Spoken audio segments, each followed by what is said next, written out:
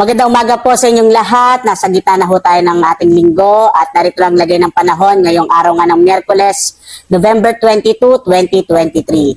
Sa ngayon ho, base sa ating latest satellite images, makikita nyo ho ang northeast monsoon o yung hanging amihan ang nakaka-apekto partikular na sa malaking bahagi ng Luzon habang nariyan pa rin ang shear line. O, ito ho yung banggaan ng malamig na hanging amihan at yung mainit na hangin na mula naman dito sa easterlies o dito sa karagatang Pasipiko. Ang nangyayari ho kasi kapag meron tayong malamig na hangin at mainit na hangin, ang tendency ho umaangat yung mainit na hangin habang bumababa naman yung malamig na hangin. Dahil doon, nagkakaroon ng mga kaulapan, kaya ho nagkakaroon tayo ng mga pag-ulan, partikular na nga dito sa may silangang bahagi ho ng Kabisayaan, yung Eastern Visayas, nakararanas pa rin ng mga pag-ulan, gayon din yung Bicol region, at umaabot na ho dito sa may bahagi nga ng Quezon Province. Inaasahan pa rin natin na posible ho na medyo hihina yung amihan sa mga susunod na araw, kaya posibleng medyo mabawasan yung nararanasang mga pag-ulan na dulot nga ng shear line. Sa iba pang bahagi ng ating bansa, dito sa Mindanao, sa Luzon,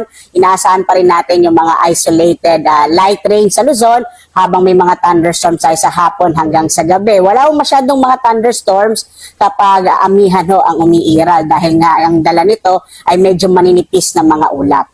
So sa ngayon din ho, wala tayong minomonitor na anumang low pressure area. Ibig sabihin ho, posible hanggang weekend, baka nga po hanggang long weekend, araw ng Lunes wala hong pasok, ay posible ho na walang mabuo na bagyo. Pero patuloy pa rin natin itong imomonitor.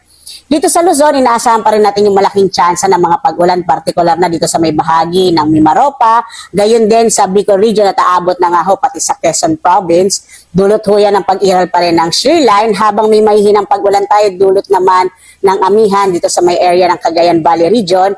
Sa nalabing bahagi ho ng Luzon, inaasahan pa rin natin yung mga isolated light rains o mga pulo-pulong mahihinang pag-ulan, dulot din yan ng amihan. Yung agwat nga ng temperatura sa Lawag, nasa 20 to 32 degrees Celsius, sa Baguio ay 14 to 24, sa Tuguegarao ho, 21 to 27 degrees Celsius, sa Kamaynilaan, 22 to 32 degrees Celsius, sa Tagaytay 20 to 29 degrees Celsius, sa Legazpi 24 to 28 degrees Celsius, habang sa Puerto Princesa sa Palawan 27 to 32 degrees Celsius, sa Calayan Islands ganoon din ho, 27 to 32 degrees Celsius.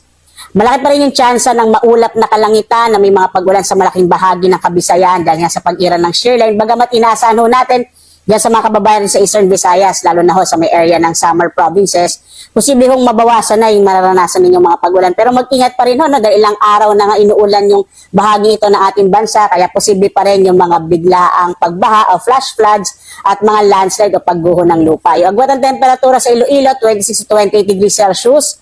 Sa Cebu ay mula 26 to 30 degrees Celsius, habang sa Tacloban, 25 to 29 degrees Celsius. Yung area din ho ng Zamboanga Peninsula, inaasahan din pa rin natin ang maulap na kalangitan na may malaking tsansa ng mga pag-ulan dahil tumatagos ho dyan yung shear line. Habang sa lalabing bahagi ho ng Mindanao, generally fair weather. Pero again, posible pa rin ho yung mga isolated rain showers and thunderstorms na maaaring magdulot pa rin ng mga moderate up to heavy rains ho, pero hindi naman ito nagtatagal. Yung agwat ang temperatura sa Zamboanga, 25 to 32 degrees Celsius. Sa Cagayan de Oro, 25 to 29, habang sa Davao ay hanggang 33 degrees Celsius.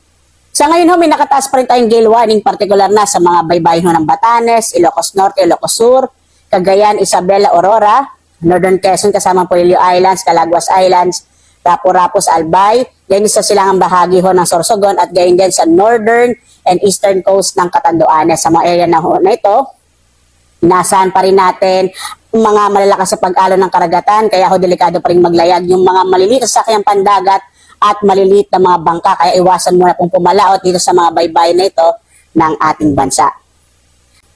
At live ho na nagbibigay na update mula dito sa Pag-asa Weather Forecasting Center. Ako si Obet Badrina. Lagi ho tayo maghanda para sa ligtas na Pilipinas. Maraming salamat po.